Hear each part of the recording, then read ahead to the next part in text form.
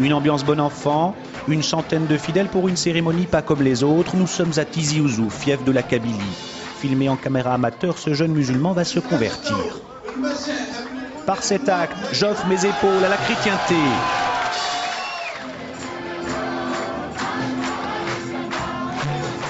Sous les you-you d'encouragement, le baptême, censé introduire le fidèle de plein pied dans la foi chrétienne. Le voilà chrétien. Nous sommes un vendredi, jour de prière musulmane, mais ceux-là ont fait un tout autre choix.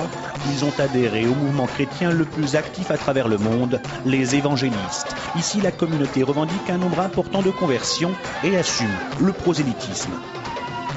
D'Algériens musulmans convertis devenant chrétiens. Il y en a beaucoup? Énormément, pas beaucoup, énormément. Il y a eu 50 mosquées à Tizi Ouzou et 20 mosquées à Béjaïa qui ont été vidées à cause des conversions. Moi, ça me réjouit.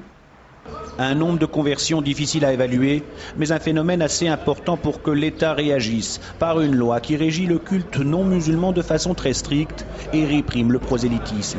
Résultat, 13 temples, dont celui-ci, ont été suspendus par les autorités en attendant de recevoir un certificat de conformité pour l'exercice de leur culte.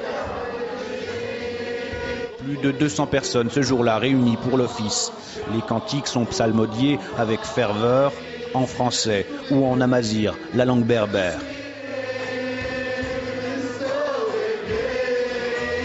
Malgré l'interdiction, le pasteur Tariq nous explique pourquoi il tient à célébrer son culte, quitte à être hors la loi.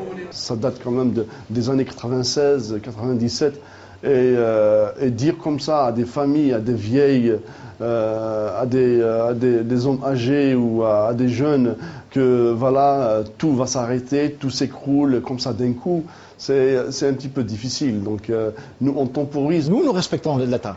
La Bible nous dit, soumettez-vous aux autorités.